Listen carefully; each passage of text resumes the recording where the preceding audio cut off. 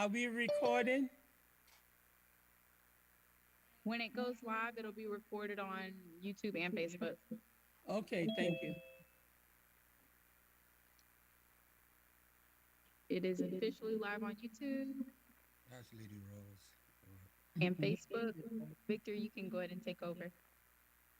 Awesome. Peace and blessings. Good evening. My name is Kwame Mawuto, and it is an honor to be here with you all today. Tonight we celebrate Kwanzaa. What is Kwanzaa? Some of you might ask. Well, tonight we will have a very good understanding and a representation of what these principles are truly about. And so we have some incredibly powerful speakers and presenters that will share their wisdom and insight as we focus on the third principle, which is collective work and responsibility. And that is exactly what is going to be expressed here this evening. And so to begin the program, we are going to open the program with a drum call, pre-recorded Sankocious drummers. You have our permission to begin.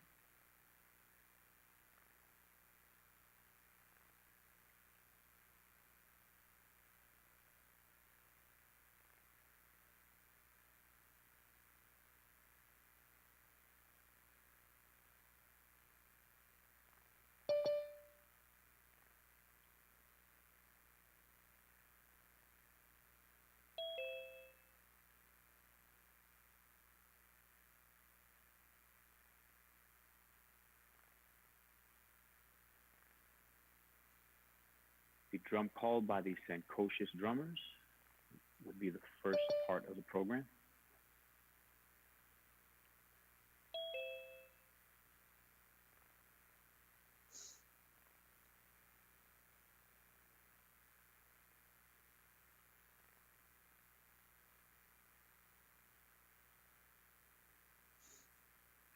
Not sure if that is a technical issue or are we waiting on someone?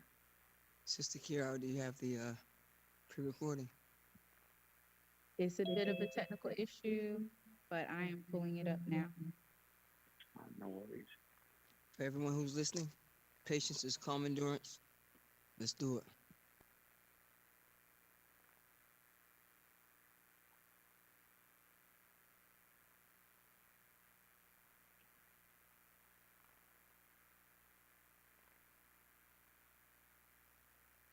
And as we're working through this, we just want to show our gratitude and appreciation for everyone who is here.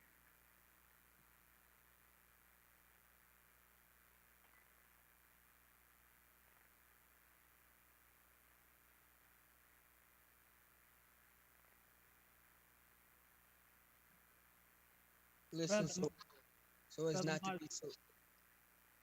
Brother Moderator? Yes. Okay, there they are.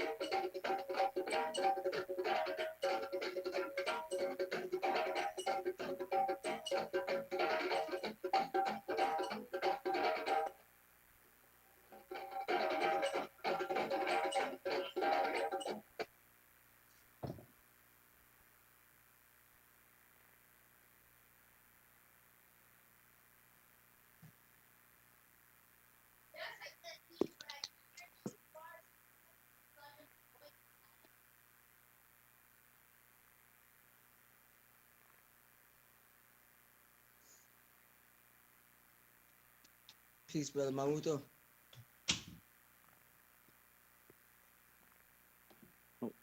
My apologies. We respectfully request that the moderator go ahead and record the session. Whoever can officially make this recording recorded, please do so at this time. It's already recording. Roger that. Thank you. Thank you so very much for the Sankosha's drummers. It's such an incredible presentation. We are actually going to move into the next portion, Recording in progress. the libation part of the ceremony with Sister Edwina Brown.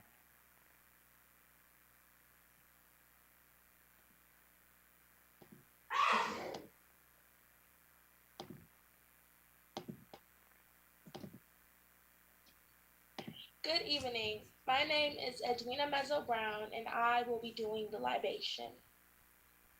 We call upon our ancestors far and near, fathers of our fathers, mothers of our mothers, to bear witness to what we have done, and by their example to continue to inspire us towards reclaiming our African minds, regenerating our African spirit, liberating our homeland, and reclaiming our greatness as a people. We pour this libation to bring into our midst their venerable African spirits, radiating their great wisdom, courage, dedication, and unyielding commitment to victory by any means necessary. It is in the honor of our Creator, our ancestors, our children, and their children that we pour this libation for the Creator and the various manifestation of the creative spirit. We pour libation for our esteemed ancestors who laid the foundation for human civilization and who provided the wisdom by which we live and the models by which our lives are guided. We pour libation for our esteemed ancestors who have suffered the atrocities and horrors of our Mafa and yet demonstrated the victorious power of the African spirit against adversity by maintaining their dignity no matter the cost. We pour libation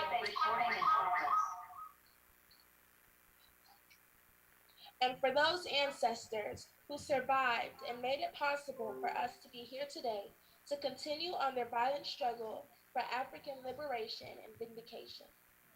We pour libation and finally for our children and their children and future generations of Africans to come that they too in their time will vindicate our race from all adversaries and continue to imprint upon the world the great genius of African humanity. We pour libation.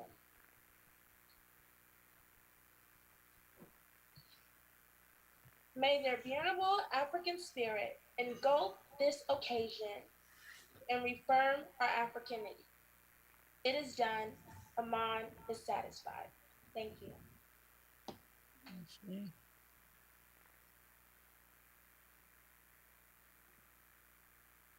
keep going here.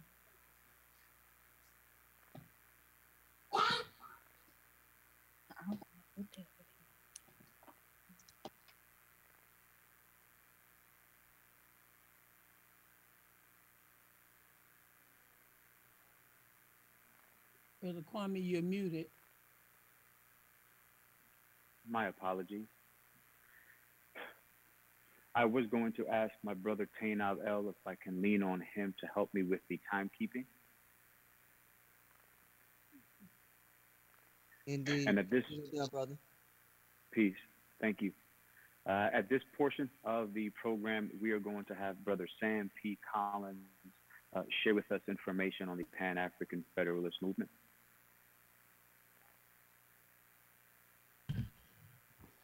Give thanks for the introduction. Habari Gani. Ujima. One more time. Habari Gani. Ujima. Ujima. Oh, Ujima. that's beautiful. That's more like it. It's more like it. Real brief. I'm not going to take too much time tonight, but I'm going to introduce myself as Sam P.K. Collins. I am the youth coordinator for the North American Pan-African Federalist Movement. Part of my job description is mobilizing young people between the ages of 18 and 35 toward the building of a United African States. A United African States is the fulfillment of a vision that Kwame Nkrumah and others who considered themselves as part of the Casablanca bloc had during the formation of African nation states in the 1950s and 60s. So in the 1950s and 60s, we had two ways that we could have gone. We could have become separate states or separate countries that had their own sovereignty, or we could have become part of the United States of Africa, as Kwame Nkrumah called it. But we decided to become separate as separate countries and states, pretty much. What the Pan-African Federalist movement attempts to achieve is pretty much organizing people of different ages, of different ethnicities within the African family to pretty much compel our elected officials on the African continent and around the world to support a United African States. When we're talking about United African States, we're talking about Ujima, which is collective works and responsibility. So in order for us to organize as the PAFM, we are calling on people of different backgrounds, different Africans, journalists, electricians, politicians, mamas and babas, ayahs, whoever within the Pan-African family all around the world to demand that we as African people organize to attain a United African States within the next decade. And the United African States looks like when these African governments pretty much consolidate their power into the formation of a government similar to what you might call a government that has one president, pretty much. Instead of there being 50 plus presidents, we're all sharing power and we're all working collectively. So the Pan-African Federalist movement pretty much practices Ujima every day of the week when we're advocating for the formation of the United African States. And tonight, as you guys listen to the speakers, I would like for you guys to keep that in mind and to further support our mission for the United African States. Thank you for this opportunity. Mm-hmm. Thank you so very much, Brother Collins. Incredibly important information. And this is just incredibly encouraging to be surrounded by so many gifted and powerful people. And I definitely see so many wonderful things coming from this evening. So at this point, we're going to move forward and have a presentation that we call Greetings from Around the World.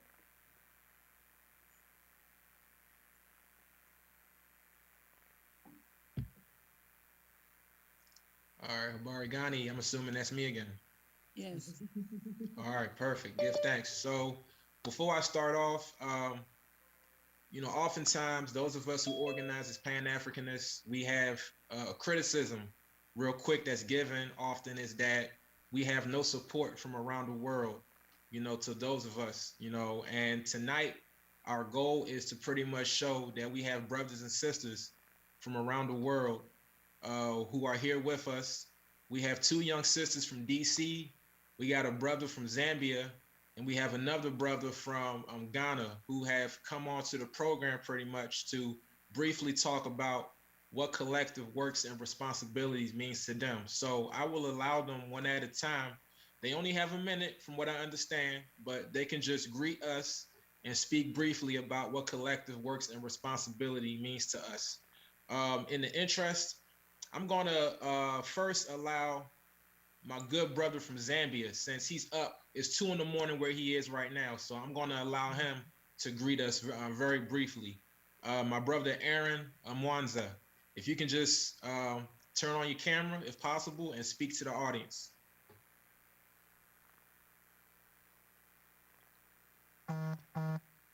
Hello. The lighting is a bit bad, but okay, I hope you can see me. I don't know if you can see me. Anyway, yeah.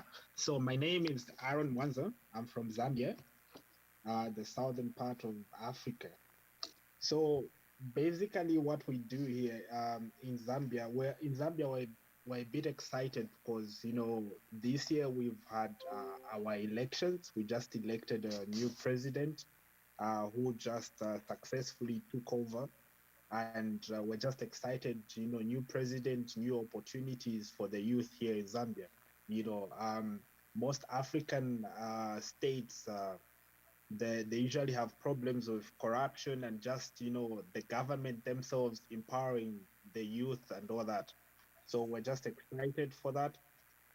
Then just to talk a little bit about the works that we do here in Zambia, that we as youth are doing here in Zambia, is that we're trying to bring about the unity in the empowerment of the youth here in Zambia, whereby we try to look, we've got a lot of educated youth with basically no employment. Zambia has got one of the highest unemployment rate in Africa.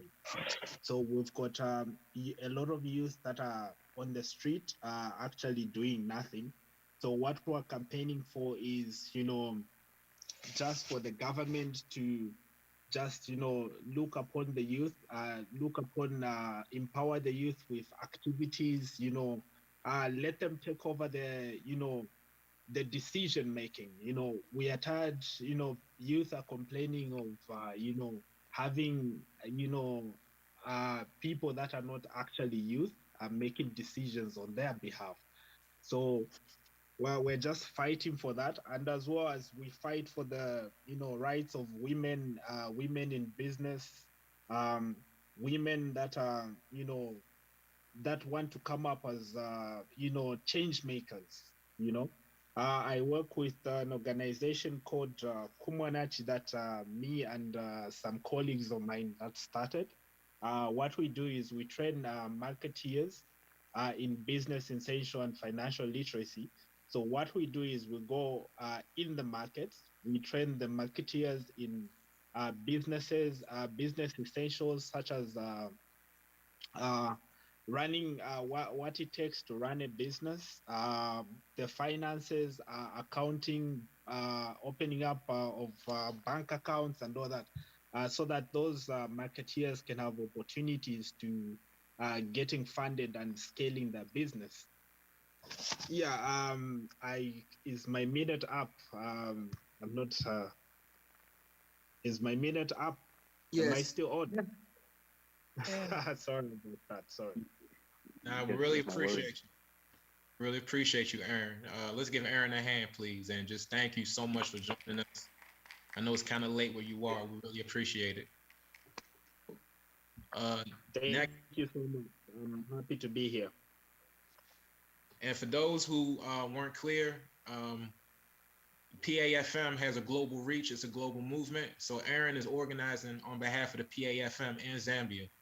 And his counterpart, who's also organizing on behalf of the PAFM, is none other than David Tete, who is leading the youth mobilization efforts globally. I report to him, and he was gracious enough to join us from Ghana, where it is currently just after midnight. So I'm going to give Brother David the floor so that he can greet us for a minute and speak about collective works and responsibility.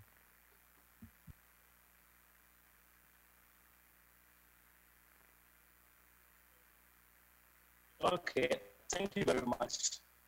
And I hope I'm on. Greetings from our ancestors and greetings from everyone from Ghana here, the Okay. home of Ghana. Okay, guys, maybe he can take off his headphones or something. It's like really digitizing. It just seems like the headphones. Can Can you disconnect your headphones for us? you hear me? Am I okay? It's kind We of can't hear you. Can you hear me right? Am I okay? Am I okay? Okay, Oji, Ofo ni Otoye, Fo ni Otoye, Oji. Fo ni Otoye, Oji. Okay. Can you please speak? Is it okay? Is it okay? I got phone ni Otoye, earphone Oji. I can hear you. If you speak, I can hear me. Plug it from the computer. I think the one speaking has muted his microphone there. I can hear the one speaking Ghana. If you can hear me now, let me go forward. Menu. From the computer. Oji, Could be the on the connection. computer me. Victor, can you hear me? Menu It's a Ogbe. little better. One way, few. Let me try to speak straightforward without me trying to hear you. If I'm audible, then let me move forward. So fast forward, as I did mention, I am David Tete, David. speaking from Ghana, the home of Pan-Africanism, the home of Kwame Nkrumah. I represent the PAFM Global as in the International Preparatory Commission of the Pan-African Federalist Movement. And what we do basically is to prepare the necessary sort of policy and structures for all regional coordinators and national coordinators of the PAFM. So far, so good. We have coordinators coming from other parts of the globe, where we have our brother Sam PK representing the North Africa. So this evening or this morning in Ghana here, what I can say is that we are ready to support each kind of group who are willing to go with us towards the political unification of all African descents and African people. And that is our mission, and this is what we look forward to. We must unite, and the unity that we need must be now, and that's what we are working towards. On that note, to end, I would want to call or inform you that the PAFM, as the International Preparatory Committee, we are looking to have, or we are looking forward to have a deputy where I act or I step as the chairperson. We are looking to get a deputy, and our focus is to get our focus to get a female or a woman, a young lady that's from the age of 18 to 35, as Dr. Sapike did mention, to become a deputy. So the Americans, the America and the Caribbeans, you have the chance to present somebody where we can evaluate and then select the person to become the deputy chairperson for the Pan-African Federalist movement. So family, thank you so much for bringing me on to present on behalf of youth of PFM and on behalf of youth from West Africa. So thank you, and I'm looking forward to have a female that you nominate for her to serve as a deputy chairperson for the Pan-African Federalist movement. Thank you so much. Thank you so much, brother. Thank you. This is great news. Fantastic. Let's give him a hand. Great news straight from West Africa. All right, family, we're going to bring it back to the East Coast, to the Mid-Atlantic, more specifically to Washington, D.C. So the next two young sisters who I'm going to bring up, I've had the honor of teaching them within the African-centered homeschool community over the last couple of years throughout the pandemic, and they have really shown a concern for their community, and I've seen them grow in their thinking and especially in their writing. I'm going to ask Amira Majors to speak first, to greet the audience and speak about her knowledge of collective works and responsibility. Let's give her a hand. She's only 15, y'all. Let's give her a hand. We got young people here, y'all. We doing it. Hello, I'm Amir Majors, a former student of Baba Sam. I go to Sankofa Homeschooling.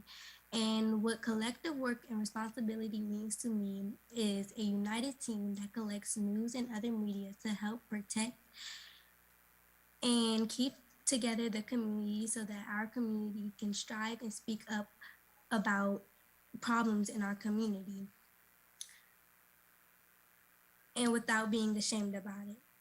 Our community and also taking matters into our own hands and becoming one to help fix these problems so that we can benefit ourselves by enriching our lives and becoming familiar with the community to connect with people and ideas.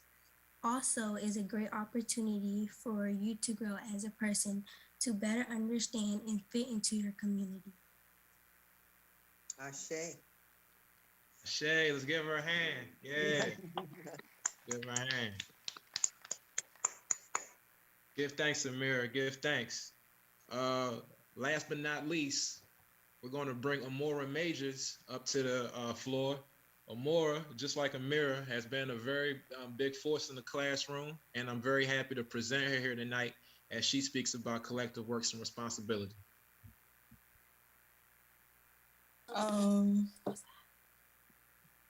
My name is Amora Majors, and I go to Sankofa Homeschooling. And I first wanted to say that Sankofa helped me grow in, like, just like Baba Sam said. And Kwanzaa is a well-known holiday that celebrates the rich culture of Black people. The principles, responsibility, and collective work have a large impact on the Black community, even for Black people like me. Collective work and responsibility means that you have to be reliable to help yourself in the community you're a part of, and recognizing the abilities you need in order to do that. It also means that prosperity and negligence lie in everyone's hands. Like today, we have moments like BLM, where we have people of Black culture stand up for their well-being.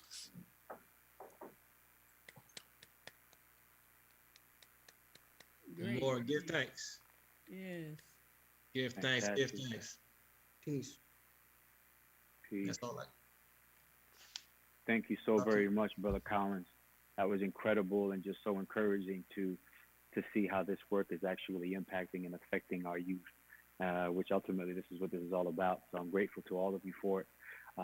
At this time, we're going to move forward here with Brother Jumoke, who will speak with us on the Kwanzaa principles, explaining the symbols, and also the lighting of the candle.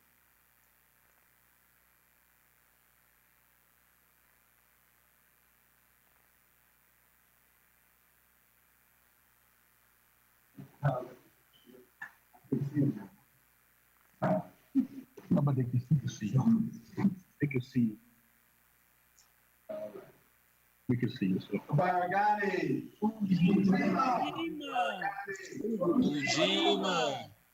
Ujima. Ujima. Ujima. Before I go forward, I'm going to first also ask for permission to speak with the elders. See my mama Have our is in. permission. Thank you. Thank you, Asante. So I got my clock here so I can time myself. See, I really like talking about this. And sometimes we might talk a little, and we're on a tight schedule. So first of all, I just want to let everyone know that I'm here representing Kwanzaa 365 Live. Did everybody hear me okay? Yes. Yeah, that's good. So we're actually having, I guess you could call it the Kwanzaa watch party, because we're here at what's called the House of Kaluma here in South Florida and Dania Beach, and there's about 25, 30 people that are here, and we're celebrating Kwanzaa with you. And we also have vendors and food and everything and drummers, and so we're going to continue even after this program ends in our celebration. But just wanted to let you know that we're all coming together in unity here in this celebration of Kwanzaa. So Kwanzaa basically is an African-American holiday. It was created or synthesized, I like to say, by Dr. Malana Karenga. He was studying different harvest festivals in Africa, and he was trying to come up with something to bring us together. He actually conceived this sort of right after the Watch Riots, and he was looking for something that he felt would bring the community back together. If you're not familiar with Watch Riots, you gotta go research that. A lot of stories I like to tell, but we don't have time. All right. So it's based on harvest festivals, ceremonies in Africa, but it was created uniquely for us as African Americans or new Africans or Africans descendants in the United States. And it has gone Pan-African. It has gone, back to Africa, actually to the Caribbean, Central and South America. So Kwanzaa, like all holidays, has certain symbols. Like when you think of different holidays, there's different symbols associated with that. And so when you think about Kwanzaa, there's also certain symbols that go with Kwanzaa. So one of the main symbols is the mkeka. I like everybody to get in the practice of saying these terms with me, so everybody say mkeka. Called MAC. This represents our African foundation. This represents that we stand on a strong foundation as a people that's given everything to society. Math, science, engineering, family, government, politics, medicine, science, everything that's necessary for human civilization. We've given that to the world, and we took it to the highest level. That's the African foundation that we stand on. And that's the African foundation is symbolized through the mkeka, which sits on your Kwanzaa table. Then we want to talk about, let's do the kanara. Everybody say kanara. Which means the candle holder. And it holds the 7 candles. The 7 candles are called Mashuma Saba. Mashuma Shaba means 7. Mashuma means candle. 3 red, 1 black, 3 green, symbolizing the colors of the liberation flag brought to us by the UNIA through Marcus Garvey. All right. Then we have the Kikombe or Kikombe Cha Umoja. Unity cup. And as Sister Edwina did a very beautiful libation, the cup is used to pour libation, and it's also used to pass around the family, and you take a symbolic sip, and you say, Harambe! Harambe! Let's all move together. I want to get, can you say Harambe? All right. Here.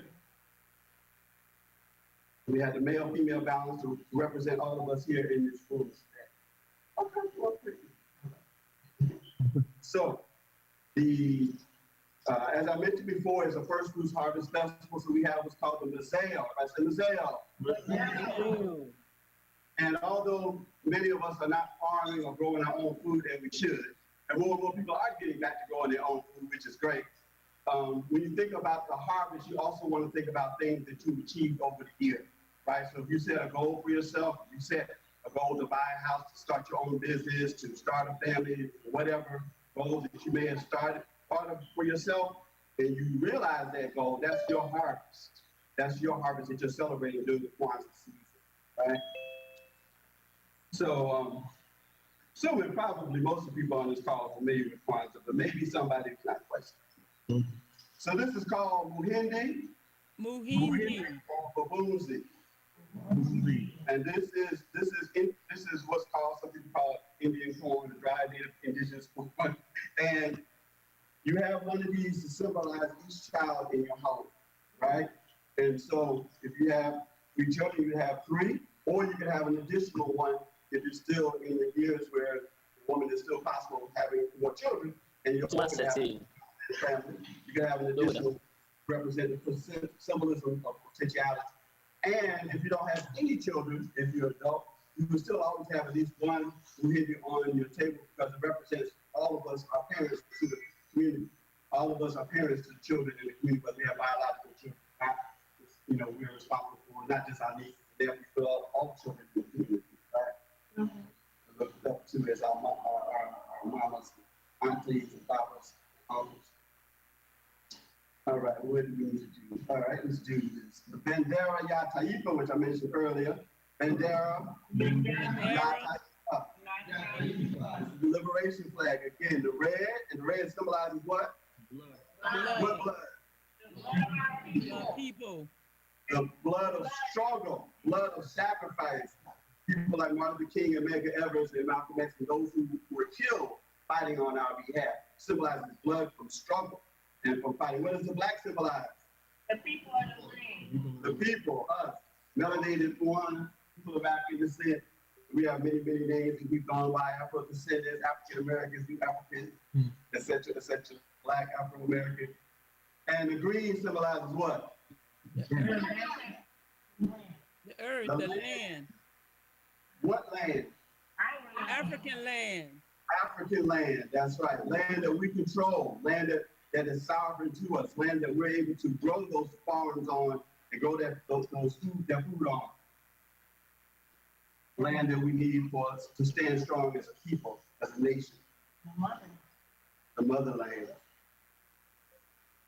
During Kwanzaa, on the last day of Kwanzaa on Imani, we give the young people zawadi. Everybody say zawadi. Zawadi.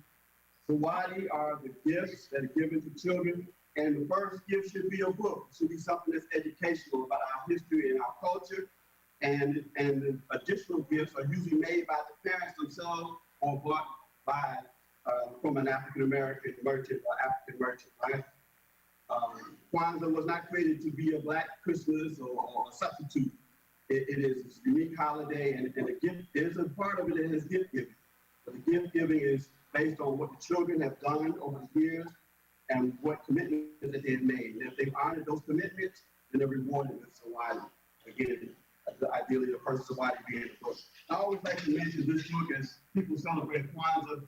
There's lots of Kwanzaa books. The book that Maulana Karenga wrote himself, this is a foundational book. It gives you so much more information about Kwanzaa, gives you the philosophy and ideology behind the different aspects of Kwanzaa, and it really goes in depth about different aspects of Kwanzaa. So I really encourage this to be in the library. In my opinion, every African American in the United States needs to have this in their library and read this book to really get a fullness of Kwanzaa. I said.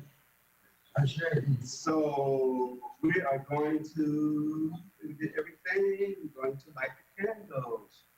So I'm gonna light the first candle. And when I light it, we're gonna say Umoja, means unity. Umoja. Umoja. Umoja. First principle of Kwanzaa, representative of the Black candle. And also, I think it's very symbolic of the work that Pan-African Federalist movement is doing, bringing people of African descent together, connecting us all up together in the United States of Africa. And this is some very, very important work that symbolizes also in the principles of Kwanzaa. The next candle is Kuti Chagalia. You want to help me light the next one? You just hold this candle. And you're going to light the red candle. Kuti Chagalia. Self-determination. And what's your name? Egypt. All right, so that was Sister Egypt that helped me with that candle, speaking for ourselves, naming ourselves, as opposed to being spoken for and named by others. And Brother Aaron will help me light the next candle for today. Everybody say Ujima. Ujima. Collective work and responsibility. And we're going to have conversations about Ujima all throughout the day, all throughout this evening. We've already had some expressions of Ujima, so I'm not going to really go into depth about that, but it's collective work and responsibility, making our brothers' problems and our sisters' problems our problem, and how do we solve them collectively. And I'm sorry, give me your name. Your name? Aaron. Aaron was my helper to light Ujima. Thank you, Aaron. Thank you, Egypt. All right. And so we close out Kwanzaa each day by saying 7 Harambes. And we start with our hands open, representing this unity. And then we pull our hands together, representing unity and power and strength. And we do that 7 times for the 7 principles. I'm sorry, let me go through the other principles real quick, even though we're not going to like them today. The next principle is Ujima Cooperative Economics. More than just supporting Black businesses, how do we use our economic resources to advance us as a people and for our liberation? Nia, if I say Nia. Nia. Purpose. Again, making it our collective vocation to restore Africa to its traditional greatness. Again, part of the mission of Pan-African Federalist movement, right?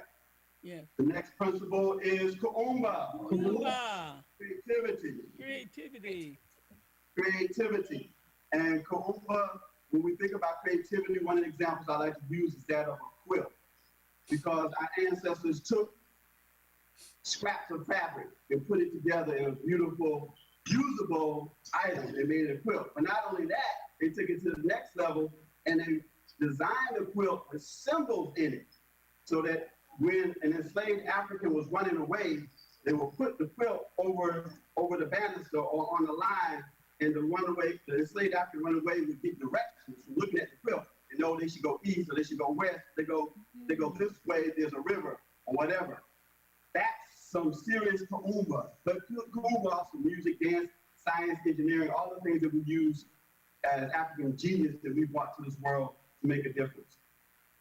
And the last principle is Imani. Imani means faith. Faith in ourselves, faith in our teachers, faith in our parents, faith in our leaders, that we will achieve the goals that we set our mind to, that we will have the harvest of the Pan-African Federalist movement, that we will have the harvest of reparations. I also serve as the National Coalition of Blacks Reparations in America.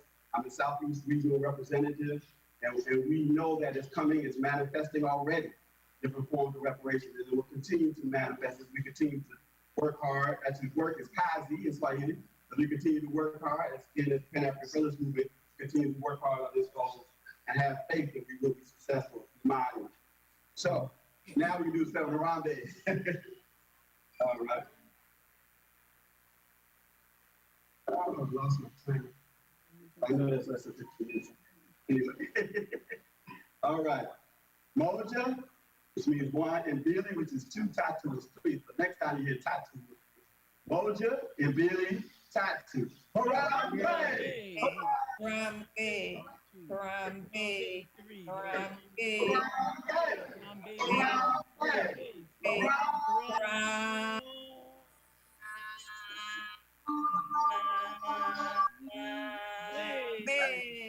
African unity.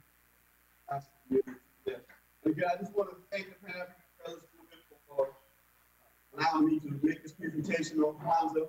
Thank you, Kwanzaa 365 Live. We're excited about partnering with you this year in this event. Like I said, we're going to continue to celebrate with you throughout the rest of this virtual Kwanzaa, as well as we'll be continuing our celebration here at the House of Kuumba. Again, my name is Bella Jamoke Ibitayo, and thank Mama Ayoka and thank Pan-African Federalist movement for our bringing this all together. Ashe. Brother Jamoke.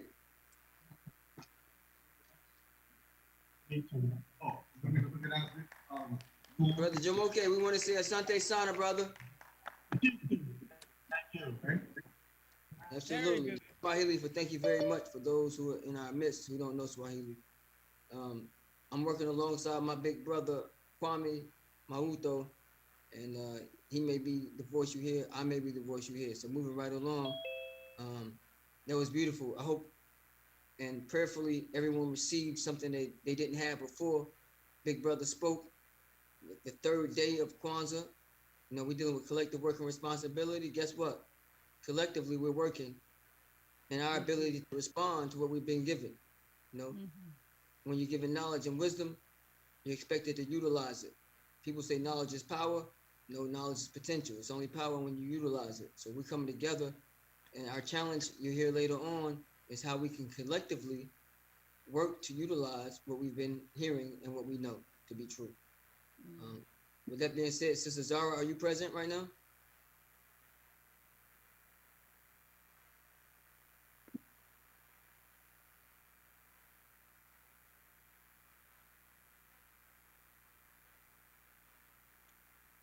Sister Zara, are you here? Hello, this is me. Yes, ma'am. So we're slated to next be blessed by your presence and what you're going to present to us. Your subject matter, of course, what you know, but they don't know is the cultivation of self is very, from my perspective, very foundational to anything else that we need. So explain to them not only what it means to you, but what they can do year round to help prepare for our collective work and responsibility, please. Yes, I'm here to present my piece of cultivation of self. I am a senior in high school, and these past 2 years, I've been taught and developed this method of using a SMART goal sheet in order to attain and achieve the goals that I have for myself, and it has worked for me. So I'm here to spread the knowledge and give it to my community. I'd like to break down what is a SMART goal. Many of you have or might have heard of it before. Um, the S in the SMART goal stands for specific. When creating a goal, you want to be specific about what goal it is that you want to achieve. For example, for someone who's creating a business, I want to achieve getting more people to buy my products. You have to be more specific than that. You have to say, I want to achieve targeting a certain crowd of people, or selling this certain product to more people, or getting um, a wider I don't even know. Sorry guys, I'm nervous. Getting a wider group of people, or spreading your my bad. You're doing very But good. just We're getting a wider market, like specific numbers, perhaps.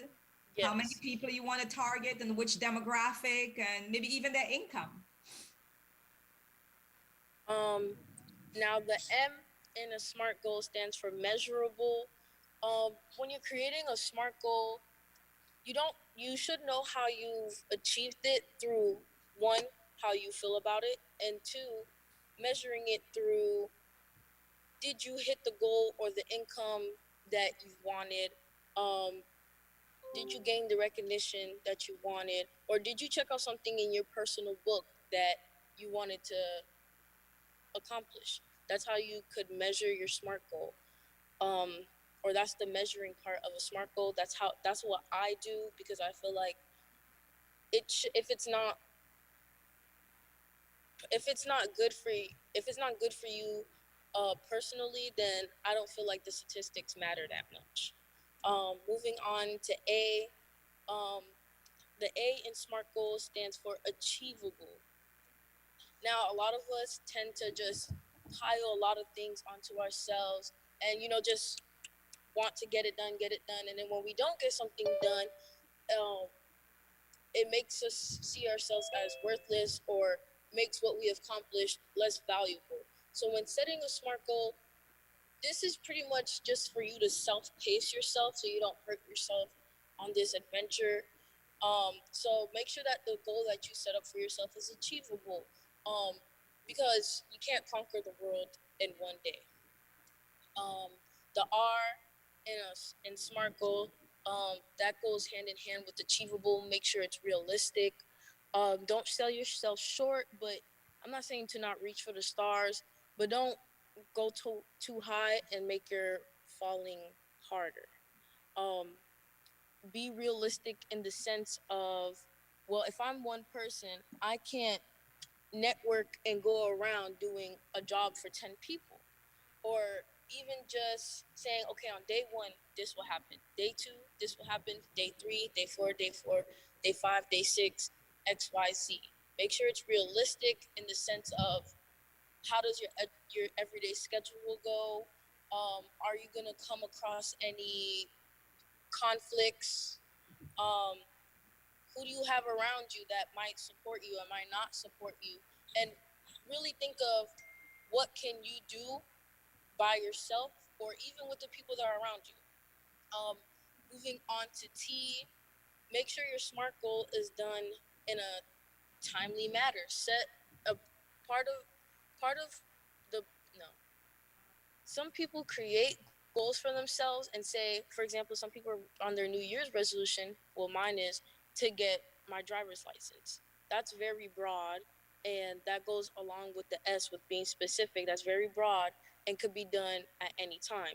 But if I really wanted to get done, I say I want to get my driver's license by the end of January of 2022. That could be that's what I mean by being done in a timely manner. Set a date, set a time.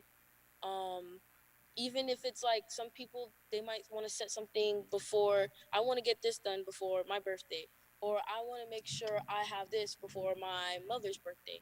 Give yourself a time so that you know how much you have to get done or what you need to get done in that amount of time. This goes for long term and short term, even if it's something that needs to be done by the end of the day. For example, you're doing laundry. I want to be done with laundry by 4 p.m. today, not just I want to get laundry done today or this weekend. Say 4 p.m. because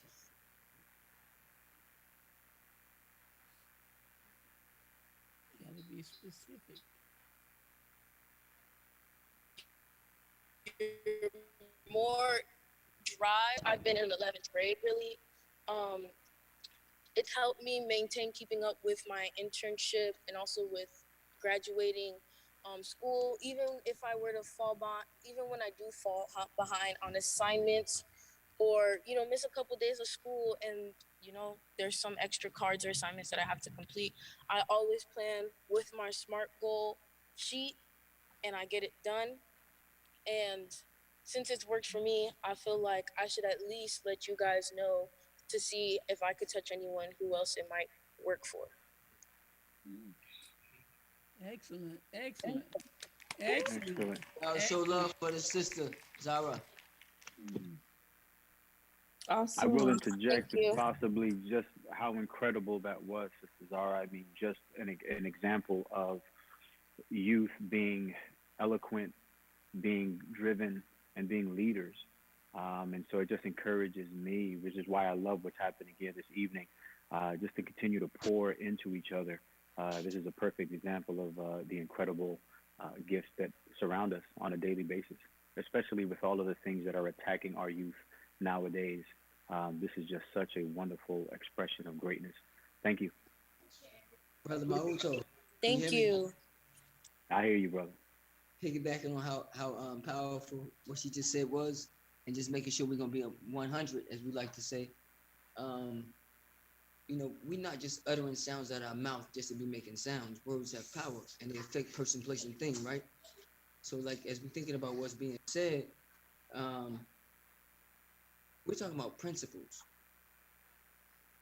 The only reason why we gathered here today, I hope y'all not just here to just hear somebody talk, just to see if their voice is pleasant or raspy. There's messages behind the words. You see what I'm saying? So, like, if we was to really be very practical and pragmatic about what we just heard, that's very useful information. I don't care how old you are. Specific, measurable, attainable, realistic, and time-based, right? Who doesn't benefit from that? And oftentimes whenever I've gone wrong, and surely my elders can attest to this, anytime we've ever gone wrong is when we've made our principles be out of line.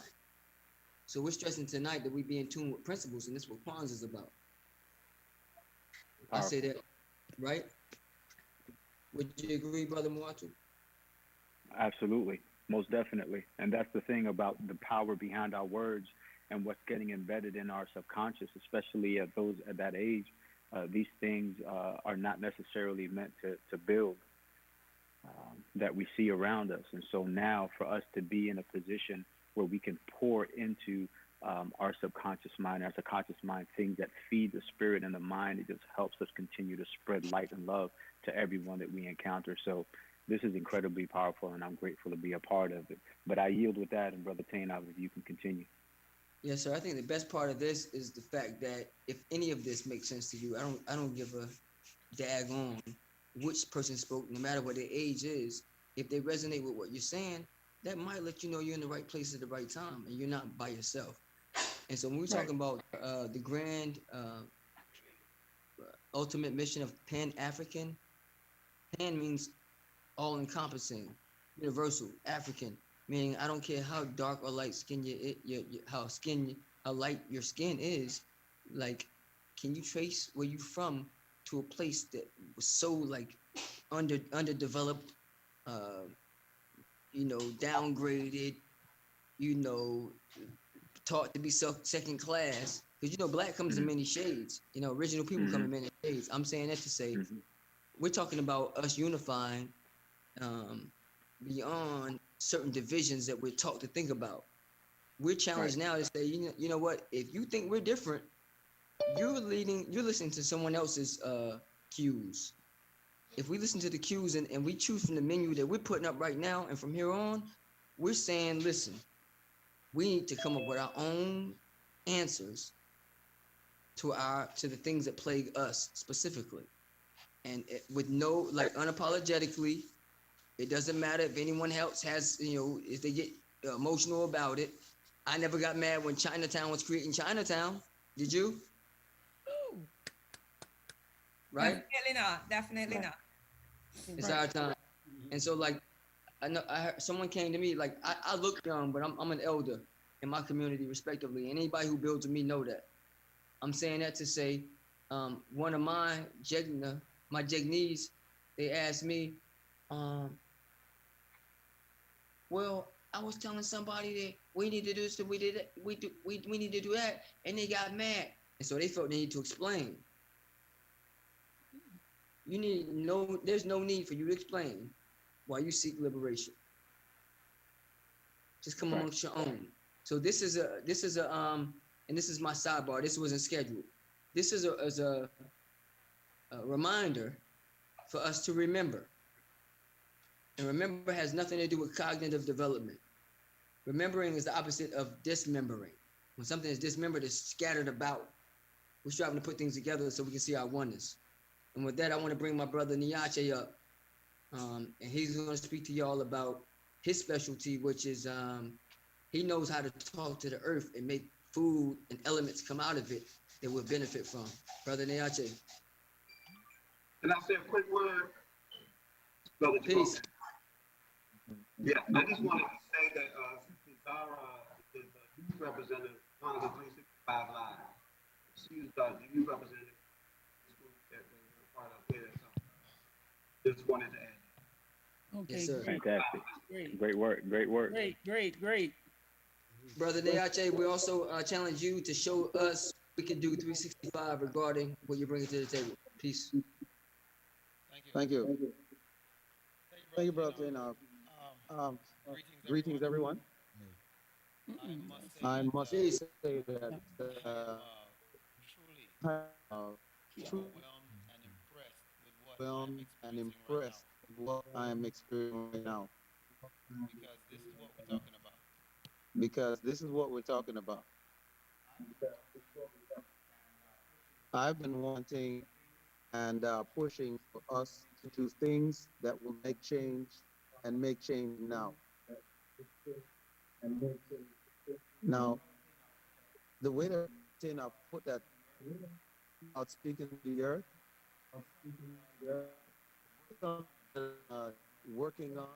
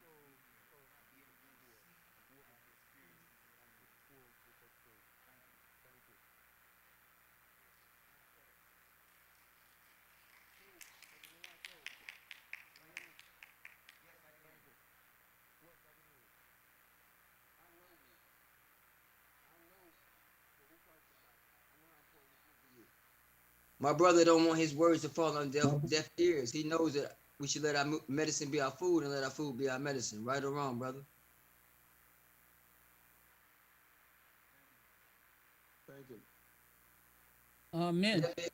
With that being said, you know, some of us are byproducts of that reality. I healed my own self. I'm a cancer survivor. And my brother Neache, he from Jamaica. And there's some things that exist in Jamaica and other places in the world, food-wise, and when you put them in your body, you can actually heal yourself from the inside out. That's I it. bear witness to that. Yes. Specifically for me, it was soursop, guinea hen weed, cat's claw, stragglers. I can go on and on about the antioxidants. I'm the go-to guy. If anybody, listen, I'm telling y'all right now, anybody y'all know who got cancer, send them to me. If they're willing to make some differences and some changes in their dietary laws, the way that they eat, and if they're willing to be disciplined, I don't care what period of time the Western world put on them as far as their life span. That's a fact. With that being said, we're going to bring the next individual up, no other than myself, Tay Nav, also known as Constant Elevation. Constant elevation is a lifestyle for me. It means that every time you think you're right, you might be very acquainted with right, just to realize you're all the way wrong. So you go from high school all the way with right back down to kindergarten, which means in all your wisdom that you've gained, you can learn something from your children. Mm-hmm. Listen, I am chronologically gifted. I'm in my 40s. I look like I'm in my 20s. Like a sister, I went to the gas station. A sister was like, "You got a girlfriend?" I said, "Baby girl, how old are you?" She was like 24. I said, "My son is in your group. My son is 20. Like you need. If you had the principles, I would introduce you to my son." I'm just saying, I'm way beyond. I'm not the one. I made children around your time. So with that being said, like that links back to Brother Niache with the you know, what you put in your body is what you get out. You know what I'm saying? Garbage in, garbage out, good in, good out. We actually heal ourselves from the information and the food that we put in our bodies. But right now I'm talking about information. I'm coming to talk to y'all about my specialty. I'm slated to talk about financial literacy, more specifically credit repair, credit restoration. I call it reparations, credit reparations, because let's say I have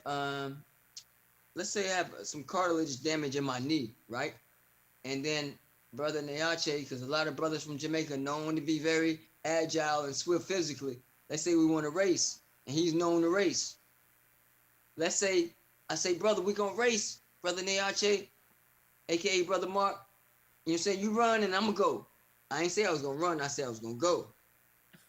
So I'm gonna get on a bike. He gotta run for 2 miles. I get to ride my bike for 2 miles. I'm gonna win. Let's say that because I have my messed up cartilage, you know, he gets on the bike too. Well, if we both have a bike, it's not fair. So if he gets the bike, brother, let me get the moped. You know what I'm saying? Let me get the moped because you got one up on me. I still got to pedal, use my knees. You know?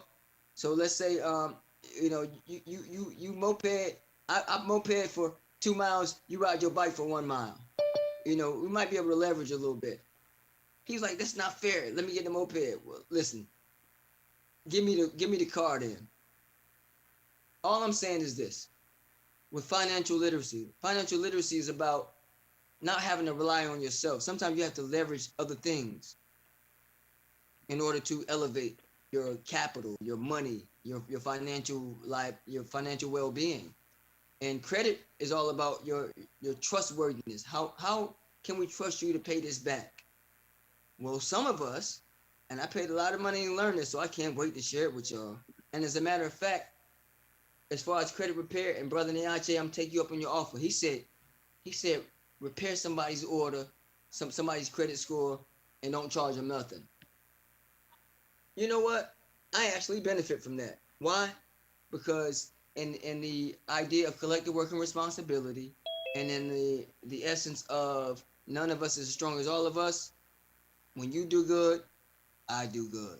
When you do well, I do well. And I'm actually a hip hop artist, and one of my more lyrical brothers, who some of y'all might have heard of, Talib Kweli, he said, "If one of us is not free, then we're all to blame. Out of all the bodies and the minds who are speaking tonight, I have the shortest amount of time, and that's okay because I don't like speaking. I'd rather be behind the scenes and get in your ear and huddle up with you one-on-one. However, I want y'all to write this down. My website. And the first person who hits me up on my website and says, I'm interested, there's a block that asks for you to import your information. That person will get free credit repair. And when I say credit repair, let me tell you about what I do. Credit repair is about, for me, understanding the law. As a consumer, you have rights. I'm not a credit repair specialist. I'm a consumer rights expert. I study like the FCRA, the Fair Credit Reporting Act. You have certain rights, certain things that can't be taken from you, but if you don't know them, you don't even know to defend them. That's where I come in. And I can't wait to bully these people on your behalf. You know what I'm saying? We'll come back and we'll laugh at them like 40 acres. But right now, it's beautiful because we're talking about this coupling up with Kwanzaa, which couples up with the Pan-African Federalist movement's ultimate agenda, which is to have all of us sitting pretty. Our unity makes us elevate, right? Right. From, I don't care what the religion is, they say if you want to see him, all you gotta do is come together. Anybody ever heard that? Am I making this up? Please, somebody vouch for me. Yeah, absolutely. So we're talking about us coming together, collective work and responsibility. I am your go-to guy when you're talking about credit repair and also business building. I'll show you how to start your business the right way so that you can get funding. I just can't go into all of it right now. It'd take up too much time. So I'll put my website in the chat. And for those who are overseas who can't see the chat, it's my website is www, of course, the prefix, .capitaleelevationsolutions.com. That's CAPITAL, not OL, CAPITAL elevationsolutions.com. And watch what we can do. Again, none of us as strong as all of us. I'm going to yield. Thank y'all for allowing me to speak, elders. And I'm going to yield. You're welcome.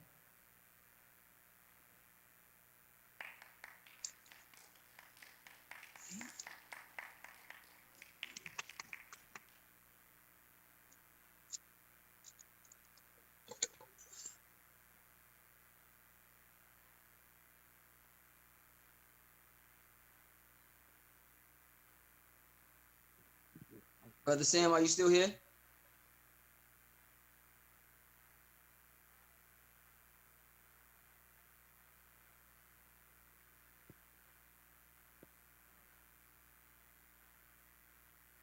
Looks like he is still on. He's muted. Brother Sam, you are respectfully requested to show your face and let us hear your voice, big brother.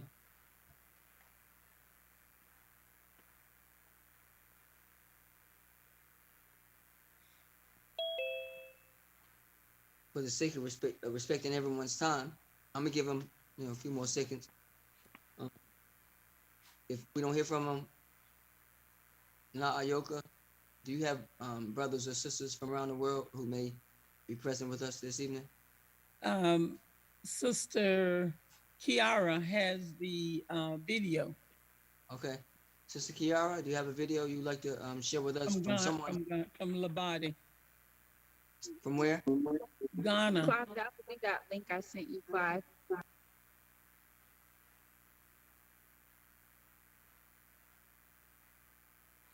Sister Kiara, you said 5? Yep, the 3 links.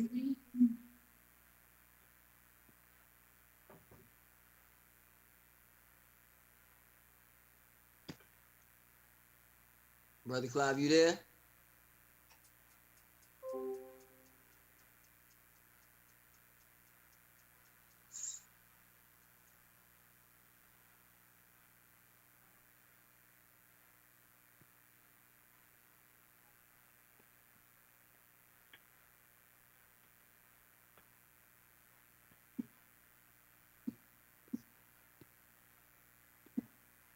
You know what? For the sake of time, We can go to the next one and then come back. absolutely. Sister Kiara?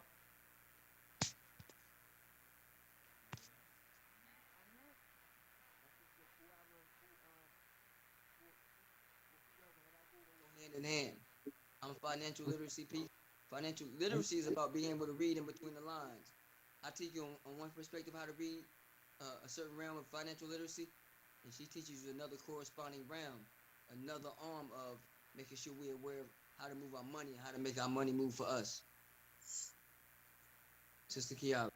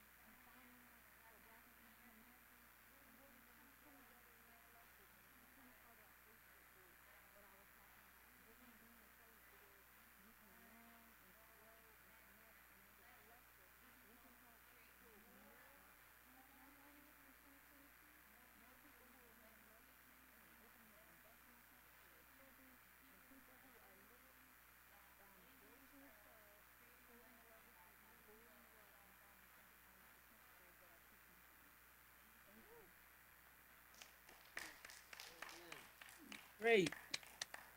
So sis was talking about that leverage piece, like not having to run anymore versus get on that moped. Like you don't have to struggle and just deal with your own efforts. There's certain things you can do, and we're here for that. And as a matter of fact, um, there's another individual who's very vital to everything we're talking about.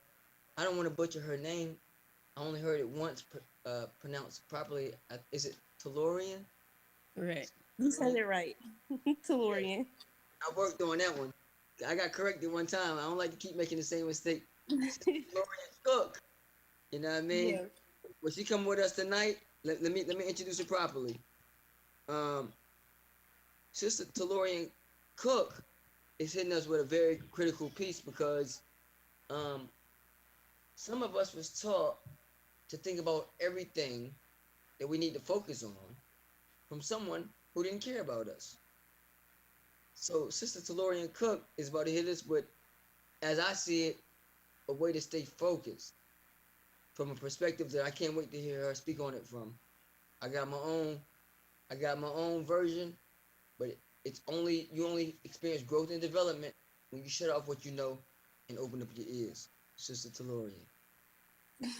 Thank you for the introduction. I would have to say I'm very new. I'm going to be speaking on spirituality. I have to say that I'm very new to spirituality. But this, I feel like life is a journey, and I feel like this year, the Most High has led me to spirituality, and mainly, what I would like to practice and teach my kids is African spirituality. And to me, the importance of African spirituality is the principles that they have, where you are connecting with your ancestors. The importance I see in connecting with your ancestors and is because like they are your family, like you said, knowing and learning from people who care about you. When I pass away, like I want my generation, my grandkids that I never met before, the children that I have now. Okay, go tell Daryl. Sorry. The children that I have now, my niece that I have now, my future nieces and nephews, great nieces and nephews, I will leave behind a legacy and to be available even in my past life to lead and guide them through the help of the Most High. I also feel like another principle that is important is to connect to nature.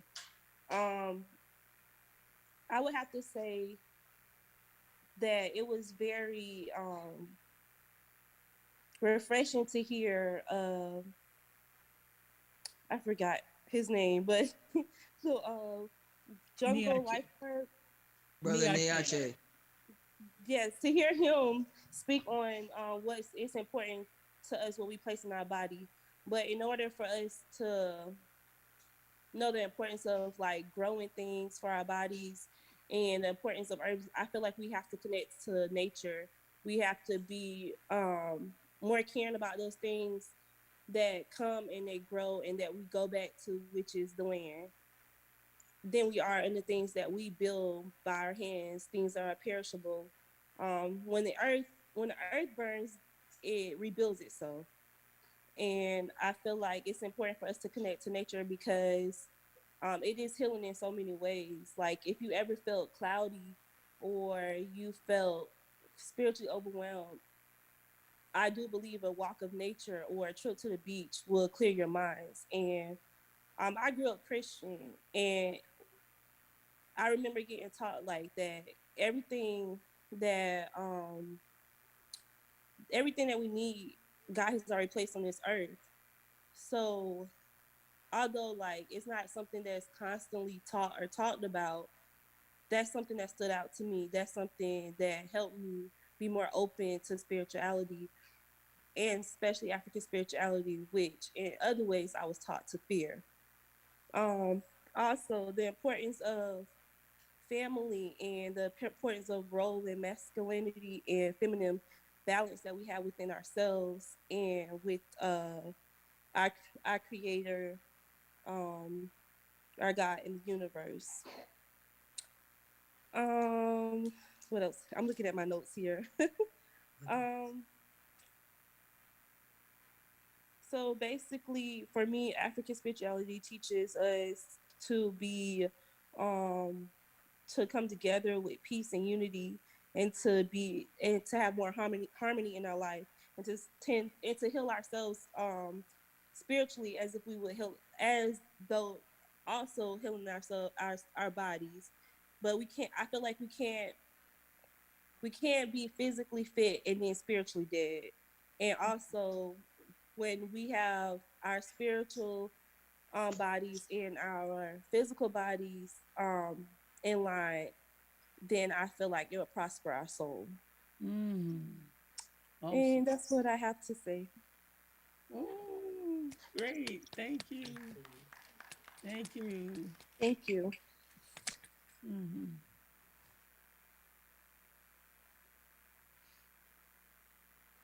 Okay, now.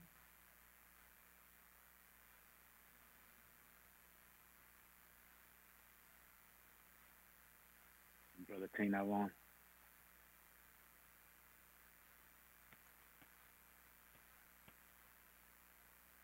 Not see him on there, but I see him on, but maybe he stepped away. But I want to thank Sister for sharing that incredibly and powerful information. And it leads me into my section, which is the fitness part of the presentation. And one of the things that stood out to me that she said, which is so incredibly important, is the correlation between the spirit and the mind and the physical body. And just to share some statistics, I'm not going to take too much time here, but as we look at the obesity rates in the U.S., African American adults have the highest obesity rates of any other race or ethnicity in this country. And when we look at the impact that it has on this community, people who are overweight are more likely to suffer from high blood pressure, high levels of blood clots and diabetes, LDL cholesterol. All of these are risk factors for heart disease and stroke, as well as we see extremely high elevated numbers of type 2 diabetes. One statistic here in 2018, African Americans were 20% less likely to engage in any physical activity. Now, the thing for me as a personal trainer that I always try to share with people is really understanding that the mind and the spirit have to be right in order for the body to follow. I can have a wish, but if I'm not dedicated, if I'm not disciplined, that wish is just going to always remain a wish. And it really takes a toll on us. We can't be as effective as we could be if we're not taking care of our temples, if we're really not putting in the time to be active in some way. And I know that there is a lot out there as far as physical fitness, and sometimes it does get intimidating. Sometimes people see a lot of advertisements and a lot of people who are in great shape, and it looks like it's torture to get into a gym or to work out, but that's not the reality. You know, we can do 30 minutes a day of some type of physical activity where you're elevating your heart rate, decreasing and shrinking some of those blood cells, taking in a good amount of water every single day.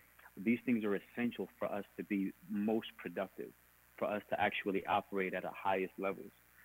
And so I just want to encourage us to take the time to connect to our why. Like, what is the reason behind what it is that we want to do?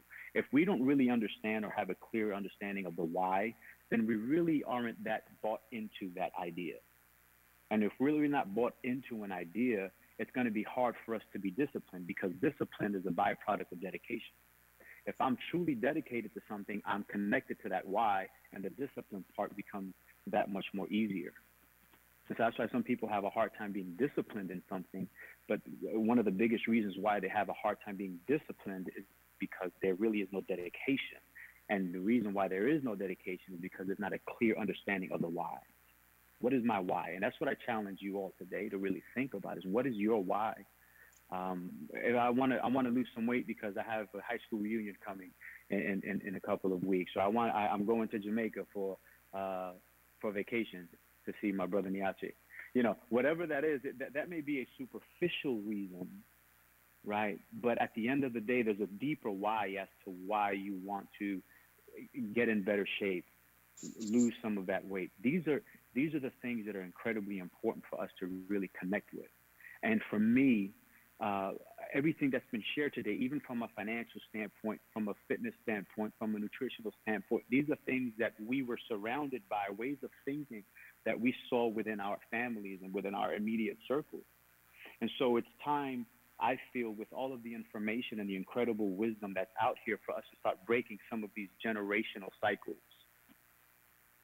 And one thing I share, and I'll stop here in a moment, is if I'm speaking with my wife and I'm engaging with her about finances, and every time my children hear us speaking about finances, about how much money we don't have, how broke we are, but yet they see us be financially responsible, we're helping them develop their own relationship with finances. Mm-hmm. If when I go to the store and I pick up just unhealthy options and fitness is zero part of my priority list, I'm helping develop their relationship with fitness and nutrition. If we're constantly talking to each other and we're disrespecting each other and there's always contention and arguments, we're helping them develop and define what a relationship looks like.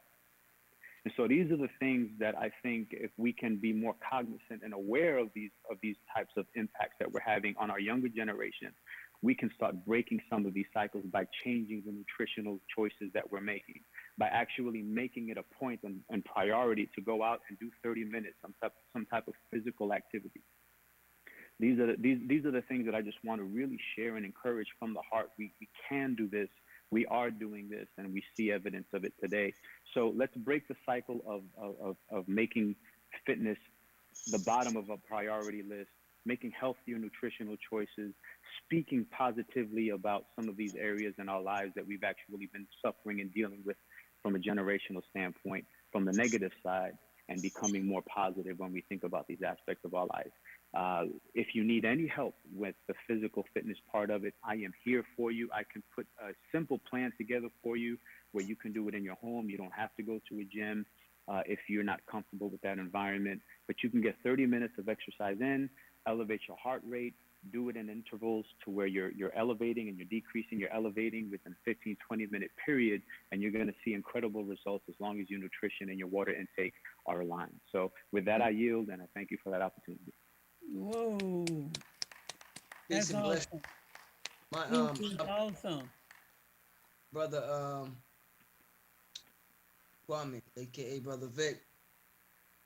Peace. Thank you. Wow. 30 So, minutes. let's kind of like tie some of this all in tonight. So we heard from some speakers tonight. It seemed like everything on different subject matter. Who do we hear from first? Who recalls who we heard from first tonight? Who was the first speaker? Sam. Brother Sam. Brother Sam, where are you, brother? Right here. So let's give a quick recap, because really all of this, and I'm gonna ask you to just I'm gonna throw an alley-oop, slam it, and then I'm gonna go to the next person, and then we're gonna put it all together. So throwing the alley up, what's the best part of what they should have received from what you said? We practice Ujima, or collective works of responsibility, through the Pan-African Federalist movement by collectively bringing what we got together to form a united African states and give African people everywhere sovereignty. Woo! Yes. Sorry, y'all. Perfect. All right, so let me think. Let's see if I can think of what the next person will give. Bro, when I hear you say that, can you hear me, brother?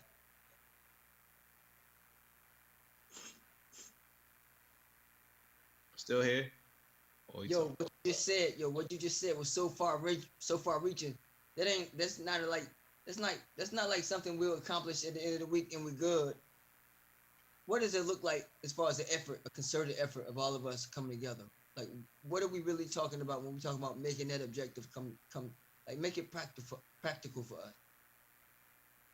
Very good question. So the way it's set up right now is that every region has different coordinators. So you had Baba Amsada who's on the call, and under Baba Amsada or working with him, you have Mama Ayoka, who represents Florida. You have Mama Nabantu representing Atlanta.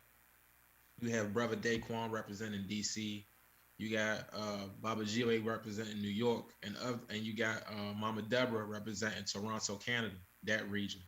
And within each of those regions, you have people like your youth coordinators, yourself, for example, who organize, and of the youth coordinators, just everybody using their talents and working collectively to organize and spread the message of Pan-African federalism.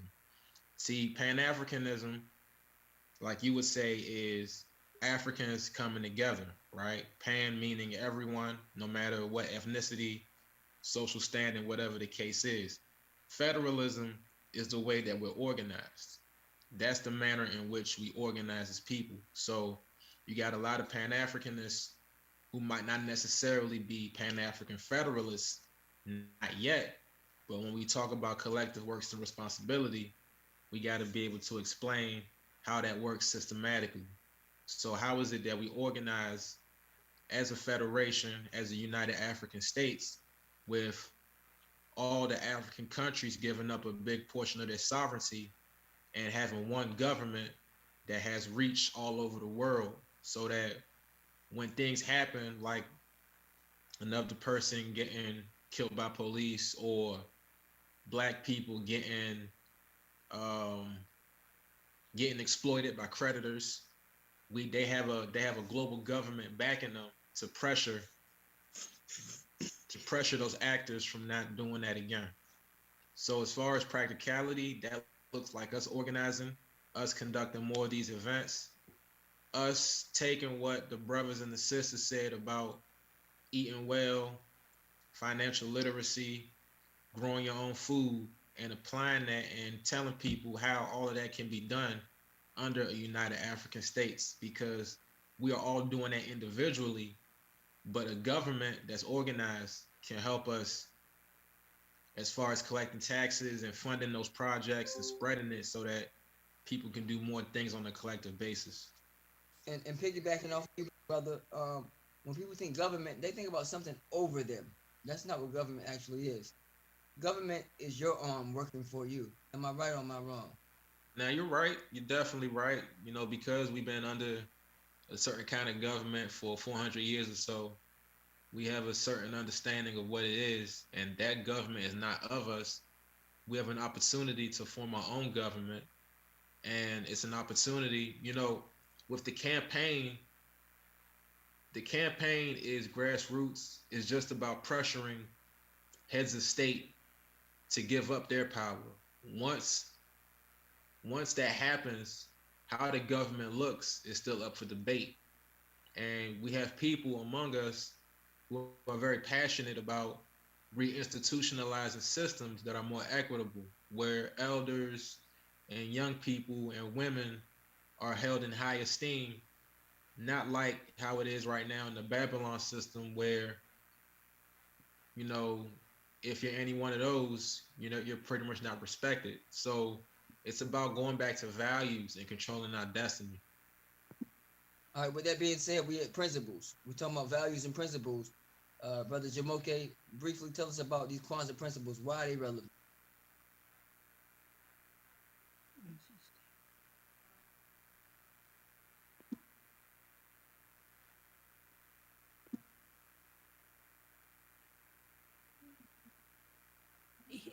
He may have. I'm not sure. What was the question? Brother Jamoke. Yes, I'm here. Briefly, the 365 challenge. What we need to do? 365 Kwanzaa wise. I told some other folks that got playing together. Practice the principles on a daily basis. That's right. You know? Yeah, practice principles on a daily basis. Huh? Yes, sir. Practice the principles on a daily basis. And we should, you know, make sure that we have enough in our own time. We should feel and be reminded of them. Repeat that, please. I said we should have them up in our home so you can be reminded of them and read them. Okay. Mm-hmm. So with that being said, whoever brought y'all to this meeting tonight, get back with them because we're gonna have ongoing meetings so we can elaborate on everything we're talking about tonight. Next, Sister Zara, are you still here?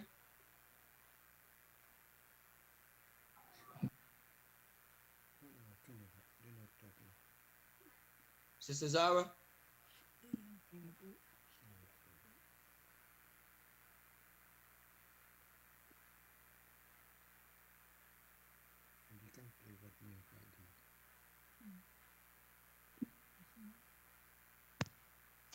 I don't see her here. I'm moving on.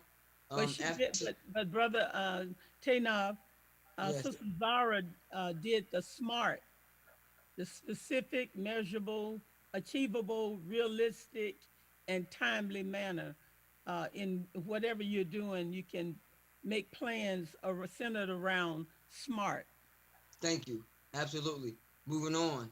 Very briefly, Brother Neache, you talked about as a herbalist, your relationship with the earth and what we get from the earth. Briefly tell us what we need to be mindful of challenge-wise. Challenge us to do something year-round.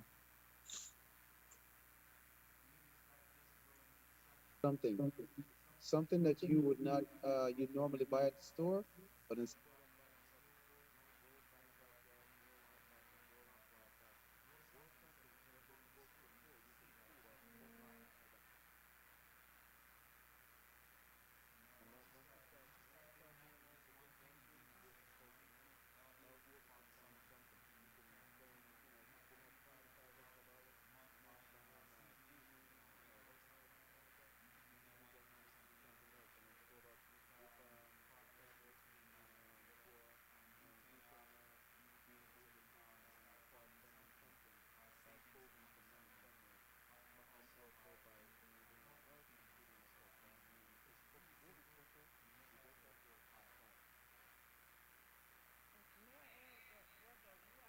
Also grows the herbs that he markets. I'm a customer. That's why I know. All right. Next piece. For myself, I was the next person who spoke. I want to challenge everybody to remember these several things with regards to your credit and your credit maintenance. Because when I repair people's credit, I don't want them to ever have to come back to me. One thing you want to do is pay your bills on time. Another thing you want to do is not to get hard inquiries on your credit report. You only want 2 to 3 in a 2-year period. And then the length of your credit that you have already is important. The older your credit is, the better. The greater the amount, the better. Some people don't have credit and they don't have bad credit. So when they come to me, I have to attach a trade line to them, which means I give them access to someone else's credit worthiness who has a long standing credit in good standing for a high amount. They become an authorized user, and then they look like they've had that same account. So when they want to boost their credit score up because they about to catch a hard inquiry, I do that. Another thing is some people say 30%, but you really want to keep your credit utilization to 9% or less.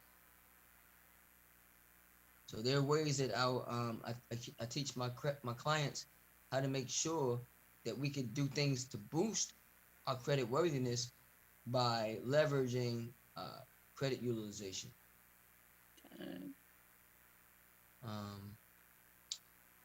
So many more.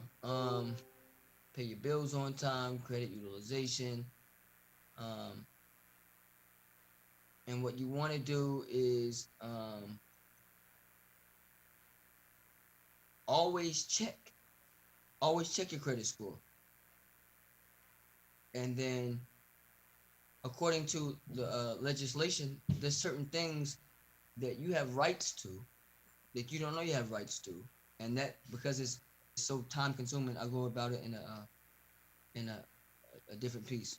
After me, who spoke? Kiara. Kiara.